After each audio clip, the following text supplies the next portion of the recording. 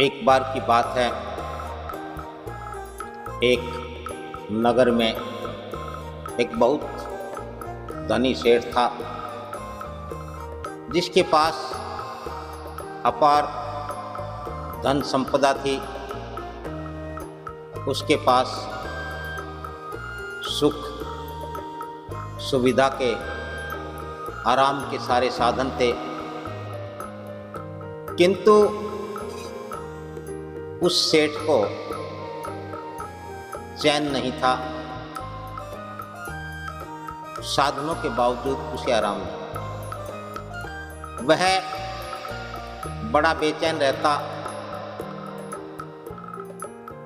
दिन भर काम में लगे रहने के बावजूद उसका काम में मन नहीं लगता और रात में उसे कभी भी चैन से नींद नहीं आती।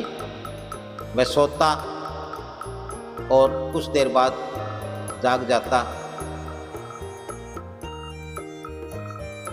सोता और फिर जाग जाता। इस तरह से उसकी जीवन में अशांति और बेचैनी थी। और वह सोचता कि मेरे पास इतना धन, इतने साधन, सारी वस्तुएं हैं, उसके बाद भी मुझे कोई आराम नहीं है, कोई सुख नहीं है, कोई चैन नहीं है, शांति नहीं है। ऐसा मैं क्या करूं? और जो भी उसके पास आता मैं उनसे सलाह लेता, पूछता कि आखिर मैं ऐसा क्या करूं जिससे मैं शांति प्राप्त कर सकूं, मुझे आराम मिले, चैन मिले, मुझे नींद आए। तो बहुत सारे लोगों ने अपने अनुसार उपाय बताए, लेकिन उन सेठ जी को किसी उपाय से कोई लाभ नहीं हुआ। फिर उनके एक जानने वाले नज़दीकी एक सेठ वहाँ आए। उन्होंने कहा कि नगर से काफ़ी दूर सुनसान बियाबान में, जंगल में एक आश्रम है और उस आश्रम में एक साधु रहते हैं, बड़े ही पहुँचे हुए हैं। मैं निश्चित रूप से कह सकता हूँ कि यदि आप उनके पास जाएं तो आपकी समस्या का समाधान अवश्य। और वह सेठ उस सेठ की बात सुन करके उस आश्रम में पहुंच जाता है। उनसे पहले और भी काफ़ी लोग उन साधु, उन संत जी से मिलने आए हुए थे। वह बैठ जाता है और उस दिन उसका नंबर नहीं आता, तो वह रात को रुक जाता है। अगले दिन महात्मा जी उस सेठ से पूछते कि हाँ सेठ जी बोलो। तो वह उन्हें अपनी व्यथा बताता है कि मेरी ज़िंदगी बेजार हो गई, मेरे जीवन में कोई सुख नहीं है, कोई चैन नहीं है, कोई शांति नहीं है। ना दिन में चैन है, ना रात को नींद है। मन पूरी तरह से उचाले भरता है और मैं पूरी तरह से दुखी हूँ, जबकि मेरे पास धन की, दौलत की, सुख सुविधाओं की, वस्तुओं की कोई कमी नहीं। तो उन साधु ने कहा कि आप कुछ दिन आश्रम में रुकें, आप ध्यान करें, जप करें, सिमरन करें और उसमें आप लो लें। तो सेठ ने मंजूर कर लिया और सेठ आश्रम में रहने लगा। सेठ जब भी ध्यान पर बैठता, जप करता या सिमरन करता, तो सेठ का मन तुरंग वही संसार भर में घूमता, कुचाले मारता, लेकिन भजन सिमरन में उसका मन नहीं टिकता।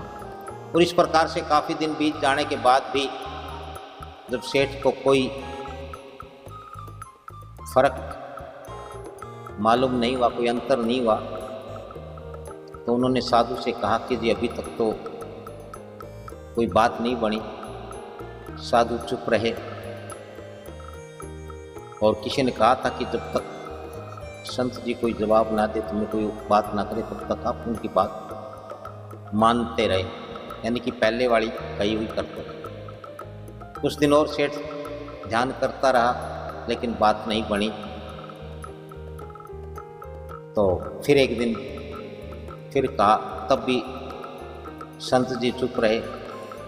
अब सेठ क्या करता, फिर ध्यान में लगा। एक दिन वे साधु आश्रम में घूम रहे थे, उनके पीछे पीछे सेठ भी घूम रहे थे।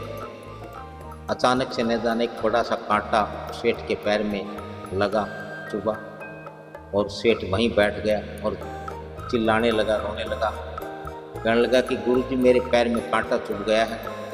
अब संत जी ने उसकी ओर कोई ध्यान नहीं दिया, सिर्फ इतना ही कहा बेरुखे मन से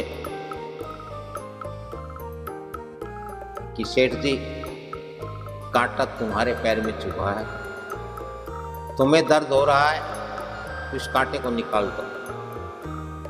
अब सेठ ने तो सोचा था कि शायद गुरुजी संत जी कोई मेरी मदद करेंगे, कोई दया करेंगे, लेकिन संत जी ने तो बड़ा बेरुखापन दिखाया। और अब सेठ वही बात है कि मरता क्या न करता, उन्होंने आंखें बंद की, कांटे को जोर से पकड़ा और एकदम से खींच लिया, कांटा निकल गया। एक बार तो बहुत दर्द हुआ, फिर उन्हें धीरे धीरे कुछ आराम मारा। अब संत जी ने देखा कि अब सेठ को कुछ आराम है, तो संत जी ने कहा कि सेठ जी अब कैसा लग रहा है? तो उसने कहा जी अब तो काफ़ी आराम है, दर्द भी ठीक हो गया लगभग। तो कहने लगा, तो संत जी कहने लगे कि सेठ देख, तेरे पैर में कांटा चुभा, तुझे बहुत दर्द हुआ, तूने चीखें मारी, किलकारी मारी, तू रोया,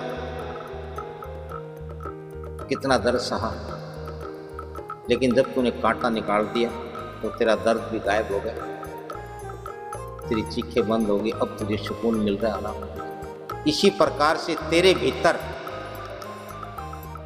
कितने ही कांटे हैं, काम, क्रोध, लोभ, मोह और अहंकार के, धन के, हवेली के, सुख के, साधन के, संपत्ति के कितने ही कांटे हैं।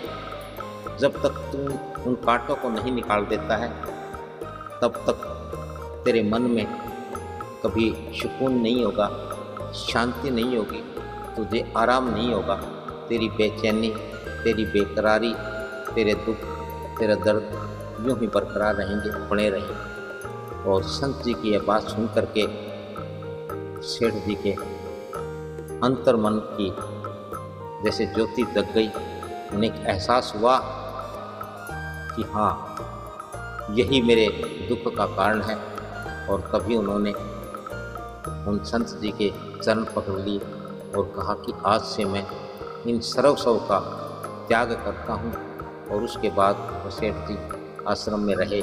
उन्होंने पूरी लगन से ध्यान किया और वो सब प्राप्त किया जो उनके गुरु ने, उन साधु ने, उन संत जी ने प्राप्त किया था।